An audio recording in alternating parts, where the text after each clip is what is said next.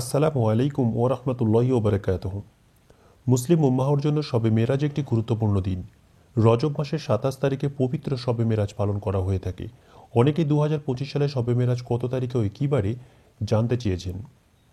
আজকের পোস্টে আমরা শবে মেরাজ কত তারিখে ২০২৫ সালে হতে পারে এই ভিডিওতে আলোচনা করার চেষ্টা করব ইনশাআল্লাহ। সব শব্দের অর্থ হচ্ছে রাত এবং মেরাজ শব্দের অর্থ হচ্ছে ঊর্ধ্বগমন, অর্থাৎ শবে মেরাজ বা লাইলাতুল মেরাজ বলতে ঊর্ধ্বগমনের রথকে বোঝানো হয়ে থাকে। হজরত মুহাম্মদ সাল্লাল্লাহু আলাইহি ওয়াসাল্লামের ৫১ বছর বয়সে এবং নবুয়তের ১১তম বছরে আরবি রজব মাসের ২৭ তারিখে মসজিদে হারাম থেকে মসজিদে আকসা, এরপর বোরাক করে ঊর্ধ্বাকাশে পাড়ি দেওয়ার মাধ্যমে আরশে আজিমে পৌঁছে আল্লাহর দিদার লাভ করেন সম্পূর্ণ জাগ্রত অবস্থায়। শবে মিরাজ প্রসঙ্গে সূরা বনী ইসরাঈলে আল্লাহ তাআলা বলেন, তিনি পবিত্র সত্তা, যিনি বান্দাকে তাঁর নিদর্শন সমূহ দেখানোর জন্য রাত্রিকালে ভ্রমণ করিয়েছেন মসজিদে হারাম থেকে মসজিদে আকসা পর্যন্ত, যার পরিবেশ পবিত্র, নিশ্চয়ই তিনি সর্বশ্রোতা সর্বদ্রষ্টা। সূরা বনী ইসরাঈল আয়াত নম্বর ১। শবে মেরাজের রাতেই মুসলিম উম্মাহর জন্য নামাজ নির্ধারিত করা হয়। মুসলিম উম্মাহ পায় ইসলামের সঠিক পথের দিশা। মসজিদুল হারাম থেকে পবিত্র শবে মেরাজ শুরু হয়।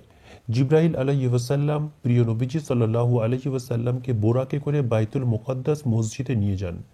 সেখানে নবীজি সাল্লাল্লাহু আলাইহি ওয়াসাল্লাম ২ রাকাত নামাজ আদায় করেন। নামাজে অন্যান্য সকল নবীর ইমামতি করেন প্রিয় নবীজি সাল্লাল্লাহু আলাইহি ওয়াসাল্লাম। এরপর নবীজি ঊর্ধ্বাকাশে রওনা দেন। যাত্রাপথে প্রত্যেক আসমানে পূর্ববর্তী নবীদের সাথে সাক্ষাৎ করেন। এভাবে নবীজি সাল্লাল্লাহু আলাইহি ওয়াসাল্লাম সিদরাতুল মুনতাহা পার করে আরশে আজিমে পৌঁছে মহান আল্লাহর সাথে সরাসরি সাক্ষাৎ করেন।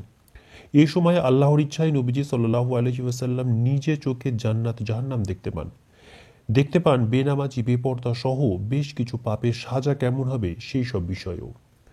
এই রাতেই নবীজি সাল্লাল্লাহু আলাইহি ওয়াসাল্লাম সৃষ্টি জগতের ব্যাপী রহস্য অবলোকন করতে সক্ষম হন এবং তার উম্মতের জন্য নামাজের বিধান রচিত করেন। তাই নিঃসন্দেহে শবে মেরাজের রাতের মধ্যে দিয়ে মুসলিম উম্মাহ খুঁজে পান সঠিক পথের দিশা, আল্লাহর অসীম অনুগ্রহ ও দ্বীনের অবিচলতা। একমাত্র শেষ নবীই আল্লাহর সান্নিধ্য লাভ করেন এবং আর অন্য কোনো নবী তা করতে পারেনি।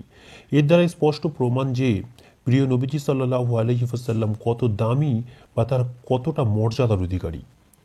শবে মেরাজ গোটা বিষয়ের ফলে মুসলমান উম্মাহের হৃদয়ে ঈমান মজবুত এবং নবীর প্রতি ভালোবাসা বৃদ্ধি পায়। এখন আমরা জেনে নেব ২০২৫ সালে লাইলাতুল মেরাজ বা শবে মেরাজ কত তারিখে ও কী বারে হওয়ার সম্ভাবনা আছে। ভারতীয় উপমহাদেশ সহ বাংলাদেশ, পাকিস্তান, আফগানিস্তান প্রভৃতি দেশে ২০২৫ সালের ২৭শে জানুয়ারি অর্থাৎ সোমবার দিবগত রাতে পবিত্র শবে মেরাজ পালিত হবে।